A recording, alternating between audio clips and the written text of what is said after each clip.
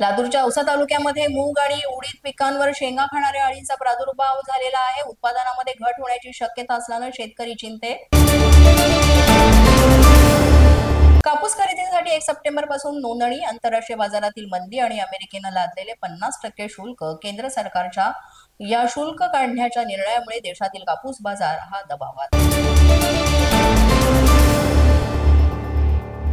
जनसामान्यांचे जीवनमान उंचावण्याकरता सरकार विविध योजना, उपक्रम आणि अभियानांची अंमलबजावणी करत आहे आणि त्यानुसार 15व्या वित्त आयोगाच्या निधीतून सुरू असलेली पायाभूत आरोग्य सुविधा लवकर पूर्ण करण्याचे आदेश मुख्यमंत्र्यांनी दिलेले आहेत।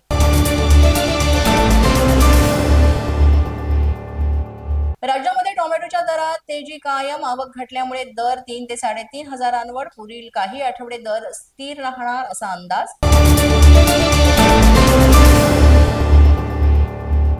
हिंगोलीमध्ये मुसळधार पावसामुळे केळी पिकांचं मोठं नुकसान झालेलं आहे। शेतकऱ्यांकडून नुकसान भरपाई देण्याची मागणी होतीये।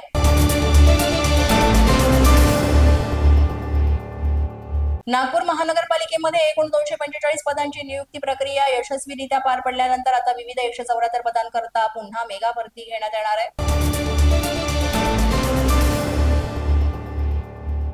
हिंगोली जिल्ह्यामध्ये 3 दिवस झालेल्या पावसामुळे शेतपिकांचं मोठं नुकसान झालंय। अंबादास दानवे यांनी नुकसानग्रस्त भागांची पाहणी केली।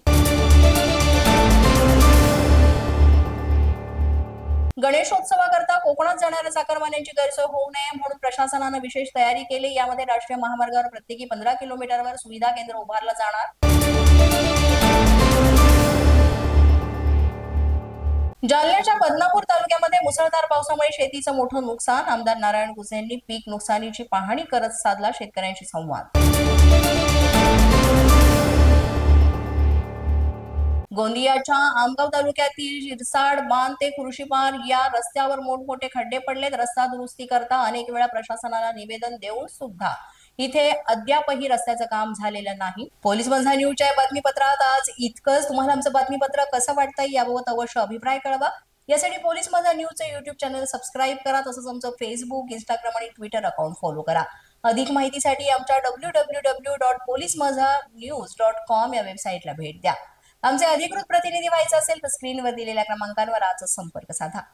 आजच्या बातमीपत्रात इतकंच। पुन्हा भेटूया पुढील बातमीपत्रात। तोपर्यंत पाहत रहा पोलीस माझा न्यूज।